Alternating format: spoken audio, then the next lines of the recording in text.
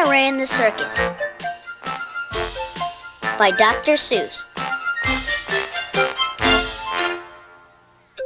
In all the whole town, the most wonderful spot is behind Sneelock's store, in the big vacant lot. It's just the right spot for my wonderful plans, said young Morris McGurk. If I clean up the cans. Now a fellow like me, said young Morris McGurk, could get rid of this junk with a half-hour's work.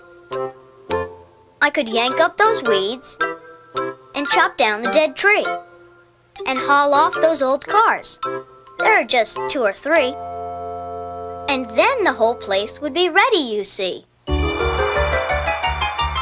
All ready to put up the tents for my circus.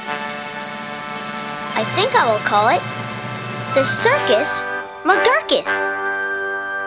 The Circus McGurkus, the world's greatest show on the face of the earth, or wherever you go. The Circus McGurkus, the cream of the cream.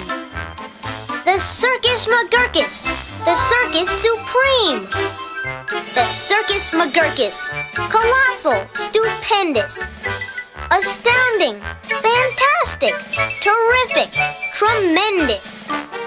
I'll bring in my acrobats, jugglers, and clowns from 1,033 faraway towns to the place that you'll see 'em in, ladies and gents, right behind Sneelock's store, in the great McGurk tents. And I don't suppose old Mr. Sneelock will mind when he suddenly has a big circus behind. After all, Mr. Sneelock is one of my friends. He might even help out doing small odds and ends. Doing little odd jobs, he could be of some aid, such as selling balloons and the pink lemonade. I think 500 gallons will be about right. And then I'll be ready for opening night. What an opening night! What a night! What a sight! I'll hoist up the curtains. The crowds will crowd in.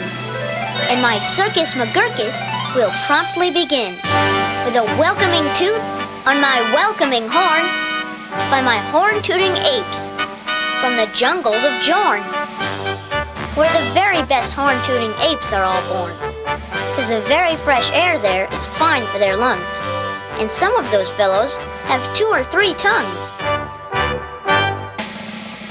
This way, step right in. This way, ladies and gents. My sideshow starts here, in the first of my tents. When you see what goes on, you'll say no other circus is half the great circus the Circus McGurkus is. Here, on stage 1, from the ocean of Alf, is a sight most amazing. A walrus named Rolf, who can stand on 1 whisker, this wonderful Rolf, on top of 5 balls, 2 for tennis, 3 golf. It's a marvelous trick, if I say so myself. And on stage number 2, here is something quite new. From a country called From comes this drum-tummied snum, who can drum any tune that you might care to hum. Doesn't hurt him a bit, 'cause his drum-tummy's numb.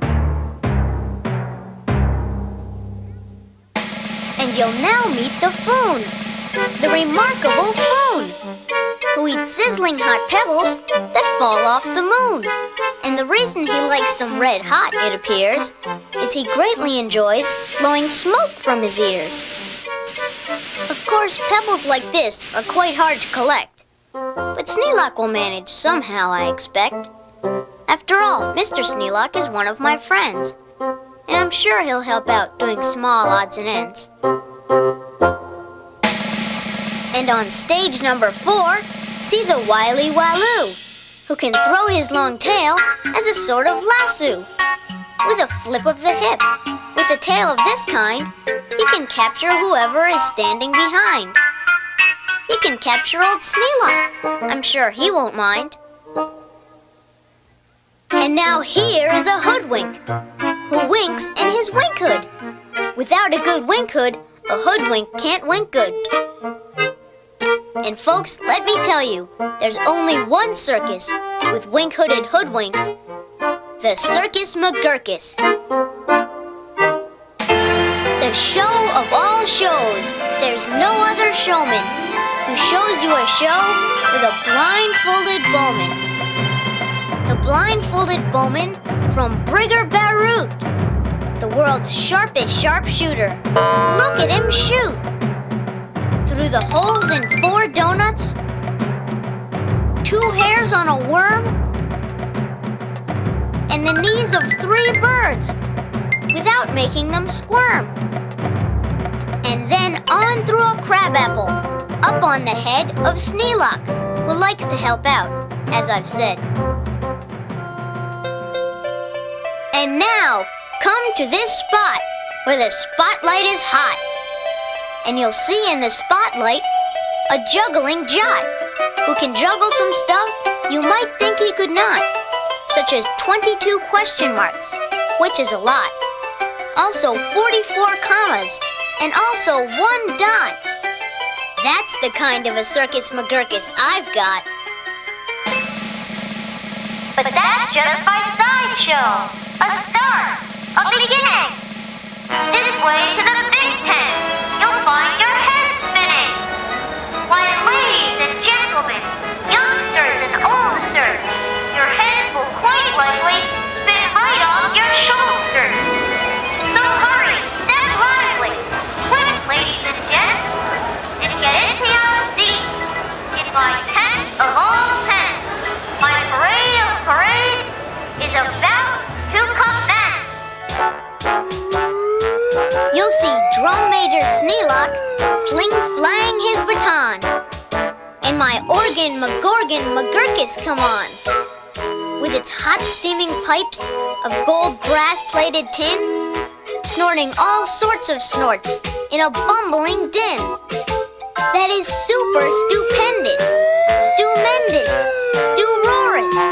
And when I play Dixie, please join in the chorus.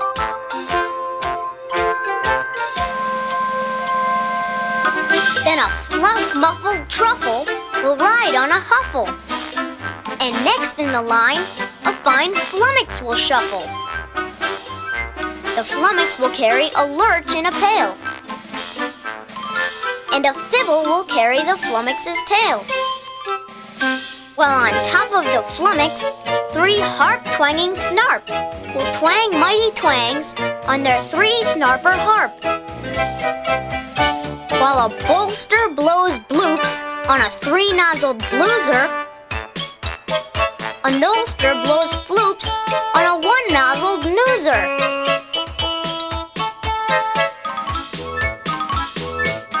And then comes a lion who's partly a trout. Then more stuff for 45 minutes, about. And then, behind them, then while everyone stares, come my to and fro marchers, who march in 5 layers. The fros march on 2s, and the 2s march on fros. Don't know how they do it, but that's how it goes. And now comes an act of enormous enormance. No former performers performed this performance. This stunt is too grippingly, slippingly frightening. Down from the top of my tent like greased lightning, through pots full of lots of big sticklebush trees, slides a man, what a man, on his roller skate skis. And he'll steer without fear, and you'll know at a glance that it's Sneelock, the man who takes chance after chance. And he won't even rip a small hole in his pants. And now here, in this cage, is a beast most ferocious, who's known far and wide as the Spotted Atrocious, who growls, howls, and yowls the most blood-curdling sound. And each tooth in his mouth weighs at least 60 pounds. And he chews up and eats with the greatest of ease. Things like carpets and sidewalks and people and trees. But the great Colonel Sneelock is just the right kind of a man who can tame him. I'm sure he won't mind. Then I'll let Sneelock off for a few minutes rest, while high over your heads you will see the best of the world's finest, fanciest, breezy trapezing, my Zoom-a-Zoop troupe from West Upper Bendeezing, who never quite know, while they zoop and they zoom, whether which will catch what one, or who will catch whom, or if who will catch which, by the what and just where, or just when and just how, in which part of the air. Aye, what a circus! My circus McGurkus! My workers love work. They say, work us, please work us. We'll work and we'll work up so many surprises you'd never see half if you had 40 eyeses.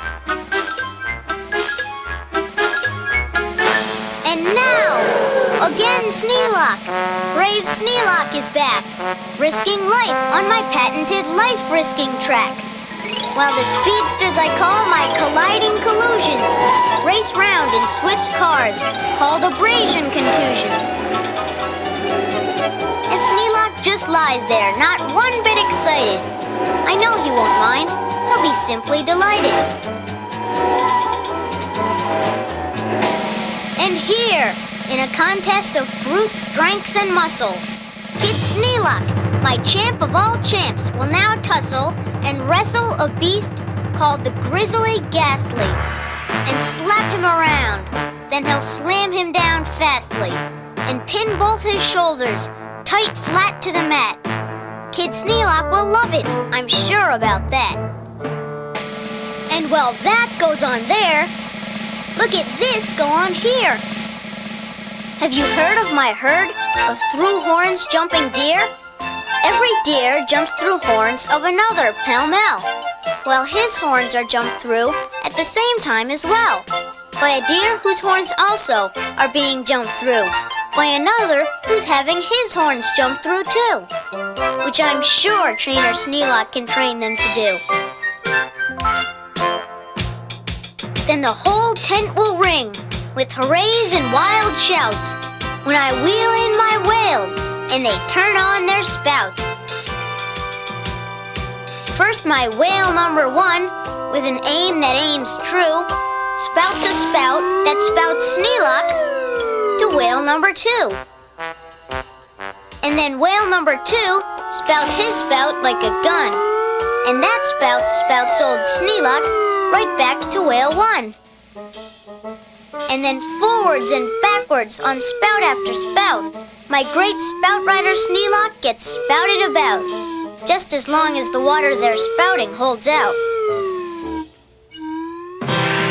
Then my tournament knights, noble apes without fears, Sir Hector, Sir Vector, Sir Bops, and Sir Beers, Sir Hawkins, Sir Dawkins, Sir Jocks, and Sir Jeers clatter into the tent, and while everyone cheers, stage a roustabout joust with their boxing glove spears.